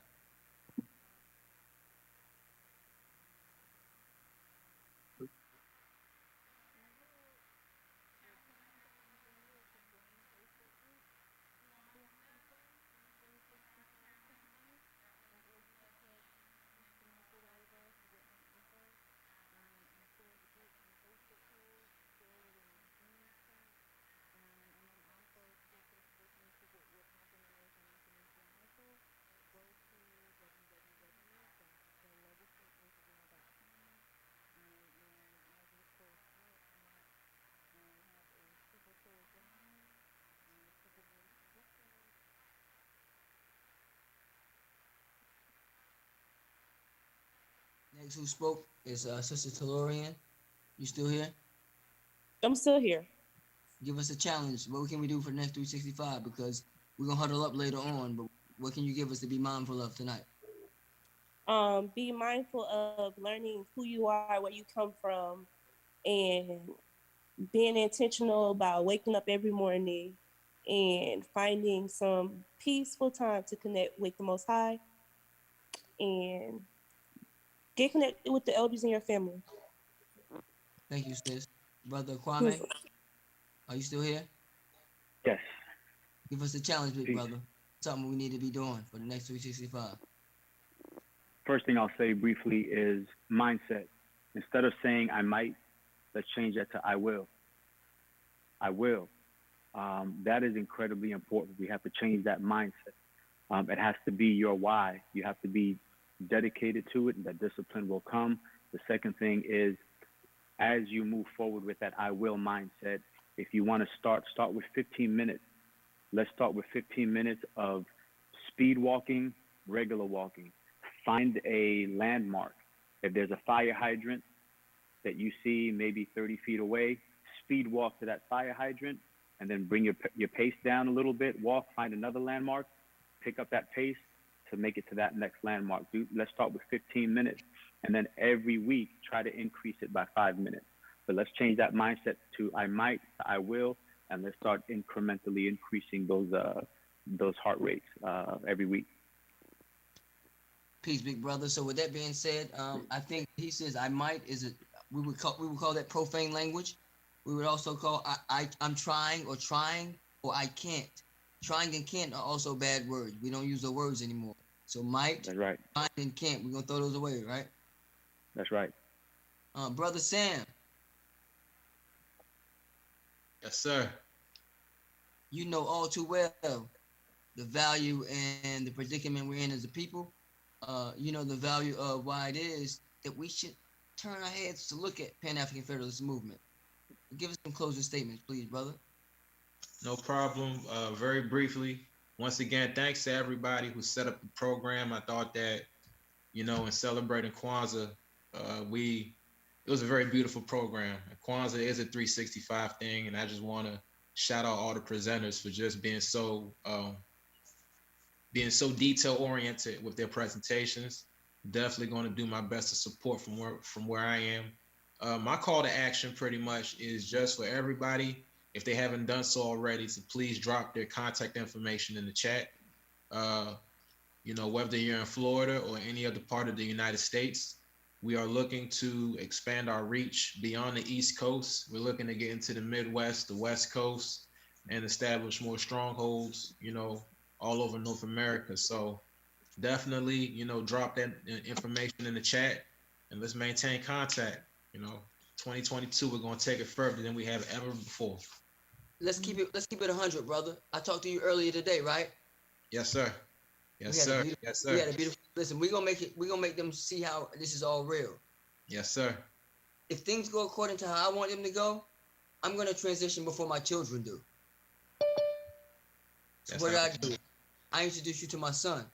Yeah. He's 19 years old. Yeah. I fell back and let y'all talk. Yeah. So we're talking about what you say, it's a 70-year movement already? Well, we're talking about within the course of a decade, because they got there's a culminating event that's going to happen sometime down the line. But we're campaigning all day, every day for As far as United the past African. goes, if I was eavesdropping correctly, you told my son this has been something that's been in the works for over 70 years. Oh, forgive me. No. Not Pan-African. 70 years. I would say it started in 2015, but the whole concept itself was birthed in the 1950s and 60s with the Monrovia block. So, you know, it goes by different names, but it's always the same concept. We're always looking for ways to unite. What you're saying to me is that what we're striving to do, what we will accomplish, we're not reinventing the wheel. Nah, not at all. We're standing on the shoulders of elders and giants, right? Not at all. Hold on, man. I don't want to take y'all time, but I need y'all to read something. I just found this book. I was looking for it. I need y'all to peep this. This is Sheikh Anta Diop, because, you know, the idea of a federation is not new at all. You know, you had different nation states before colonization that formed situations similar to what we're trying to do right now. And if you look at Who's the author? Sheikh Anta Diop. Hold the book up so we can. CHIEK. Last name DIOP. D as in David. IOP. If you look at chapter 3, if y'all can read that, what does that say? Political unity and federalism. There you go. So it just speaks about how we can achieve that in different facets. And, you know, everything that the presenters talked about tonight can easily be done. I'm not going to say easily, but it can be done on a global level. So that's why we got to be very adamant about including everybody who does everything and organizing in that way. It's one thing to be a Pan-Africanist, but how organized are we? That's the question. And once we organize, stay organized. Exactly. Our chairperson for the North America Pan-African Federalist Movement, Baba Amsada, who's also, excuse me? Well, that's not true. I know. Excuse me, mute yourself, please. Baba Amsada is has graced has graced this event by being present. The young lady who poured the libation is only 16 years old, his daughter. And so she's standing on the shoulders of this great giant. Brother, I'm sorry, will you just greet us briefly? Our time is past, but we can't dare end this event without allowing you to say something. Well, let me just first, I just got back from picking up my daughter. Edwina, come here, show your head real quick. But congratulations for a tremendous event. It was led by the youth. I'm so proud of my brother, Sam, our youth coordinator, who just published a book, by the way. And proud of Sister Ayoko, who's a youth coordinator, proud of Talvin Nall. Here's my daughter. She just came back from basketball practice. Hi. Hey. All right. I had to go out and pick up from basketball practice. But anyway, Amaka Cabral, tell no lies, claim no easy victories. But we will have a victory, and be moving toward our convention, Congress in December of 2023, and toward the United African States before this decade is out in the 2020s. So, and we're standing on the shoulders of Marcus Garvey, who wrote the poem "Hail the United States of Africa" back in the 20s, and encouraged people to move toward the United African States. And of course, Kwame Nkrumah, who said that this is the decade of independence now, tomorrow, the United States of Africa. We are the generation that's going to make it happen. Fanon said that each generation has to know their mission and achieve it. It is the mission of this generation to bring the United African States into political existence. And I thank the leadership of Florida for playing their role in this. And it was a good event. Congratulations, Abarigani, Collective Work and Responsibility, Ujima. Tomorrow is Ujima. Let's keep it moving. Ujima, thank you, Baba Amsata. Listen, y'all, if it wasn't for Baba Amsata, I wouldn't even be here. I didn't know nothing about the Pan-African Federalist movement until he and I talked one-on-one. I didn't know who he was or nothing. I was a whole nother organization. I just reached out because of the website, right? You remember that? Yes, I do. You were in North Carolina, right? I was. That's my Yep, home. I remember. And he said, look, if this makes sense to you, do X, Y, and Z. He's like, and then every time I reached out, he said, did you do X, Y, and Z? I'm like, no, not yet. I knew I was transitioning. Yeah, but you were moving to Florida, and then Sister Ayoka told me that she hooked up with you. So, everything in God's way. Everything works out. We're gonna get there. We're gonna get there. So when you have an agenda that's talking about people working together, what Baba Amsata is good at, I might not be. What Na Ayoka is good at, I probably won't be. All of us collective, working.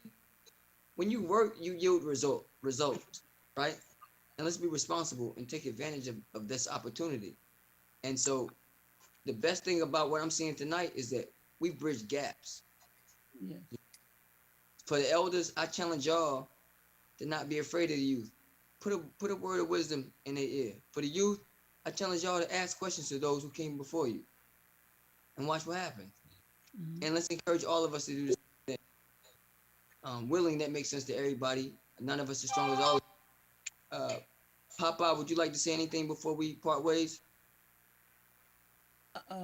Sister Deborah from Canada, just wave your hand or say something. Yes, greetings to everyone. This is really a very informative session here today.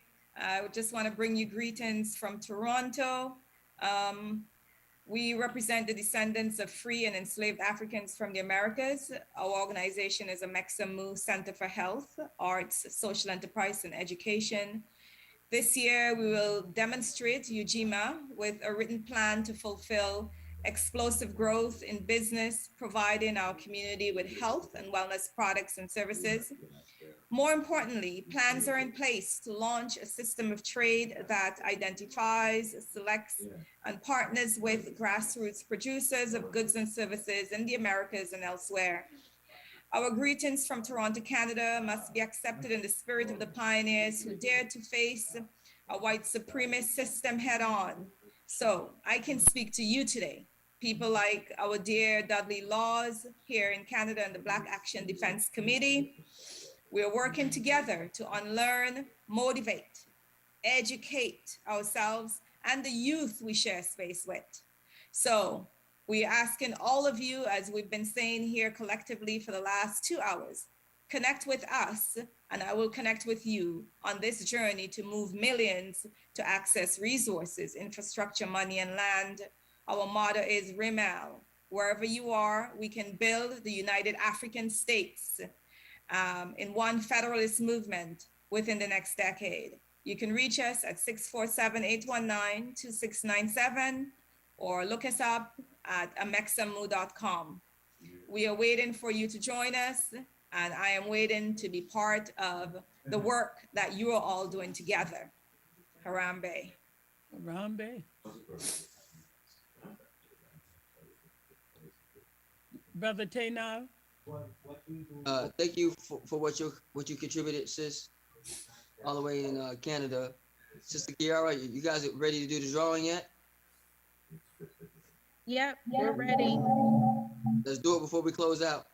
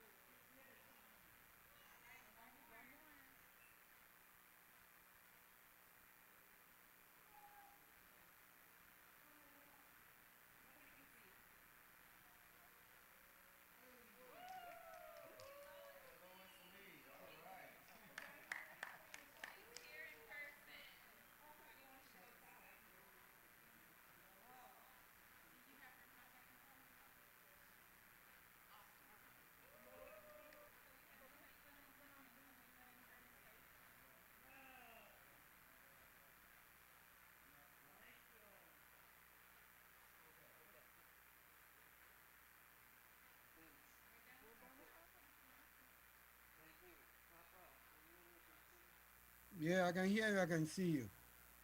Listen, a lot of energy has been placed to make you look at me and see something different, and make me look at you and see something different.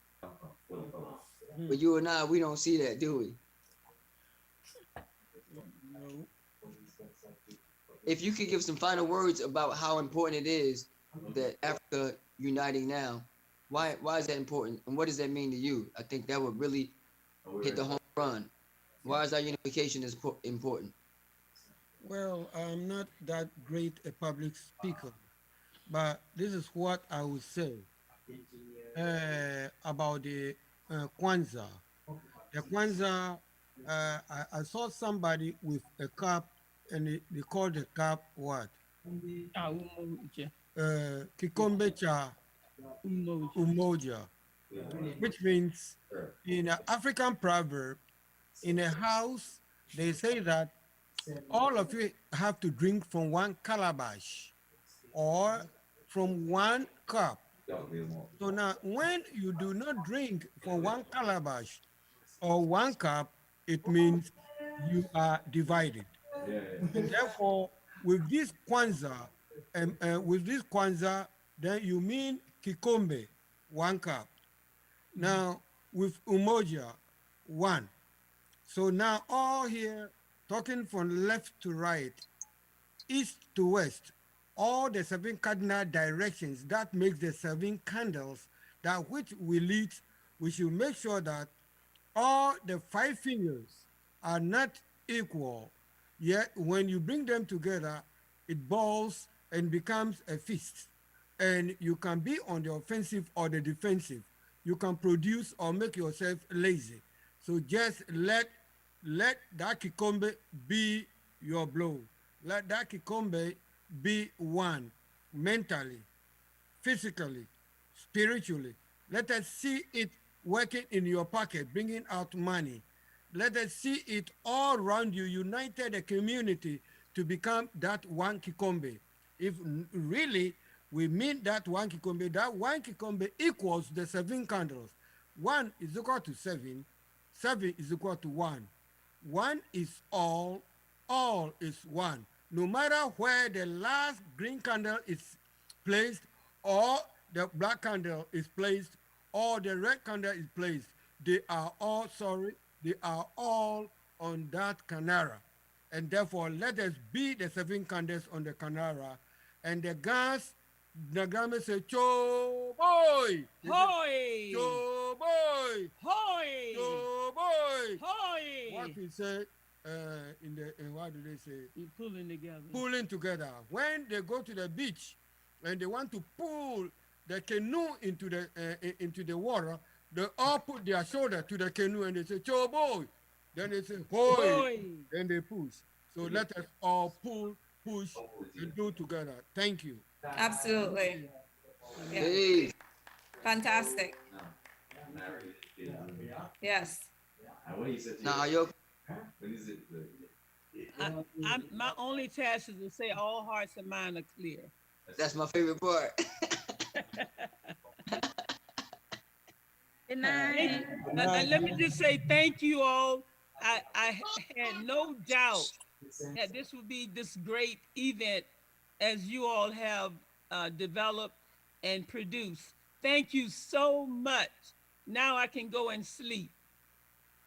If all hearts and minds are clear, we want to, before we go, we want to thank Sister Kiara Hall and her family, the pastor Ron Rawls, and the Greater Bethel African Methodist Episcopal Church. African Methodist Episcopal Church. That's Greater Bethel, located on the southeast side of Gainesville. So we just want to say thank you because you've been a great help. You provided this platform at no charge. We just want to say may the Almighty bless and keep and increase this organization that you call church. And for our Pan-African folks, thank you. For the capital elevation, thank you. for the Kwanzaa 365 live. Thank you. For Sister Deborah in the Canada. Thank you. All the Orlando folks. Y'all just don't know it. I see about 3 Orlando folks on this call. So y'all get together.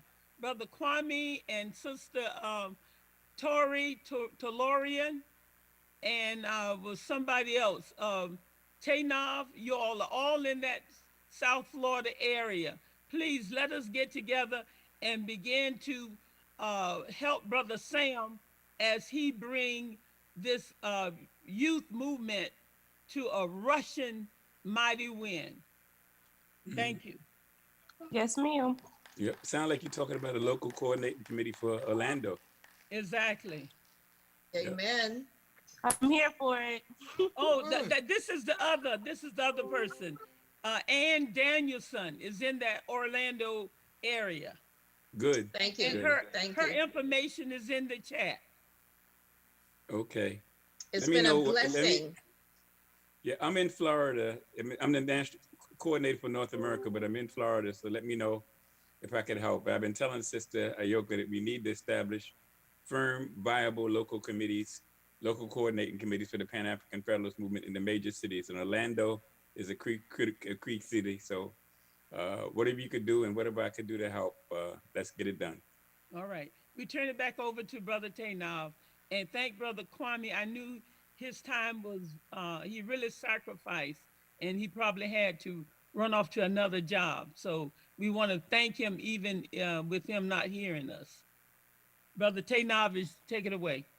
Thank you, Brother Sam. Tainov says that Africa must unite now, because I understand where I am. Yes. Also says that none of us is as strong as all of us. Yes. We've all been challenged to adhere to and reflect upon what we've been presented with tonight. If you don't recall what you saw tonight, or some things might have been too fast, or you might just need to rewind, the recording will be made available. Whoever brought you here, reach out to them. They'll make sure you get access to that recording. All the brothers worldwide, this is how beneficial it is. We have a tool that we can talk to people we can't even see. Amen. If people on other continents listening right now, or who will listen on, but that's a beautiful. We have a beautiful opportunity to unite in a major way, right? Yes. So Africa must unite now. None of us is strong as all of us. And remember, knowledge is not power. Knowledge gives you access to use that knowledge, and the application of knowledge is how you can see the effect of what you put in motion. In other words, putting the knowledge in motion is power. So everything that you had tonight, if you're clear about it, exercise it. If you have questions, reach out to the person you heard speak about it. If you don't know how to reach out to that person, reach out to someone you know who has access to that person here tonight, and watch what happens. With that, if as my the illustrious queen says, Ayoka, if all hearts and minds are clear, do we have any questions or any comments? Otherwise, before we disconnect.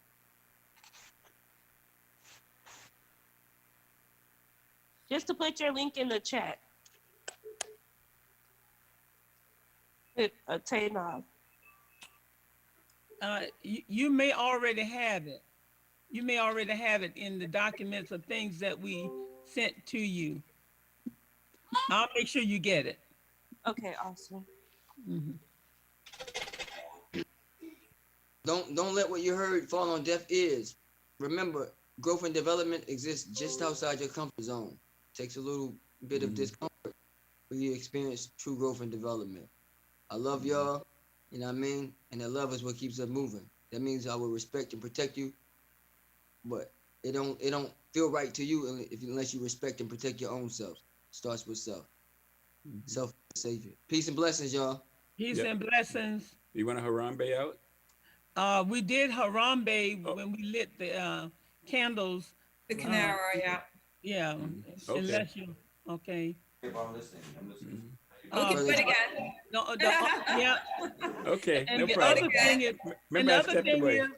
the other thing is we sometimes do the circle of ancestors, So if there's an ancestor that was very instrumental in your life, you can just, when I count 1, 2, 3, on the count of 3, you can name that individual.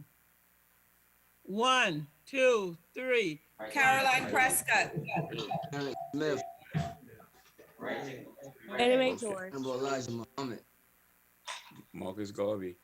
Minnie Cooper. Amos Wilson. Yo, Oh, Mama I see. Nabantu, greetings. Greetings, my sister. Thank you. Okay. Dr. Francis Cress Wilson. Ashe. Ashe. Anybody else? Mm-hmm. Asa Hilliard. Ashe. Patricia Hilliard Nunn. Yes, Ashe. Ashe. Patricia Newton. We got Garvey, Malcolm, and Nkrumah. Julius Ashe. Neri. Ashe. Ashe. Malcolm X. Ashe. To the young generation that's going to make it happen. Hey. Ashe. Ashe. Ashe. Oh. All right. Yeah. Brother Taynava, all our hearts and minds are now clear. Absolutely. You're muted. You're muted. Proper education always causes elevation. Let's keep it moving. Don't forget what you heard. Let's meet back on the subsequent or the meetings that come after this and watch what happens. Remember, I always say in this story, if you never heard it before, because it was written, we win in the end. Hey, all right. Tell me about that. Absolutely. Claim the victory now. Sinra. Claim the victory. Peace. Amen. Right. Prosperity. Yeah. Love. Joy. Yeah. Explosive growth. Yo. Yeah. Yeah, I left my business card in the chat also. All right. Thank you. All right.